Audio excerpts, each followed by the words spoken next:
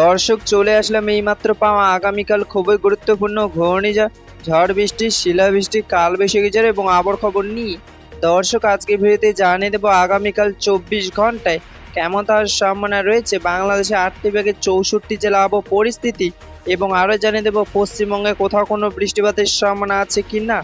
দর্শক আপনি যদি আমাদের চ্যানেলে নতুন দর্শক হয়ে থাকেন তাহলে চ্যানেলটিকে সাবস্ক্রাইব করে পাশে থাকা বেল আইকনটি অন করে দিন।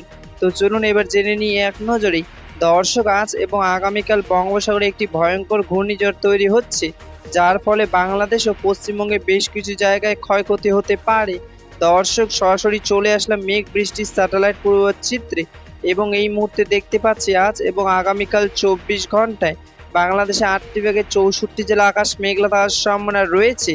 আপাতত 24 ঘন্টা বাংলাদেশের ঢাকা, মানিকগঞ্জ, মুন্সিগঞ্জ, নারায়ণগঞ্জ, নরসিংদী, গাজীপুর, টাঙ্গাইল, কিশোরগঞ্জ, ময়মনসিংহ, জামালপুর, নেত্রকোনা, শেরপুর, সিলেট, সুনামগঞ্জ, মৌলভীবাজার, হবিগঞ্জ, রাঙামাটি, বান্দরবান, কক্সবাজার ও চট্টগ্রামে বৃষ্টি পড়ার সম্ভাবনা রয়েছে।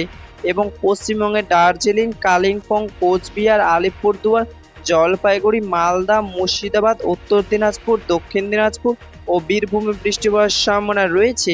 21শে জুলাই 2026 মঙ্গলবারে আবহাওয়ার খবর। ধন্যবাদ।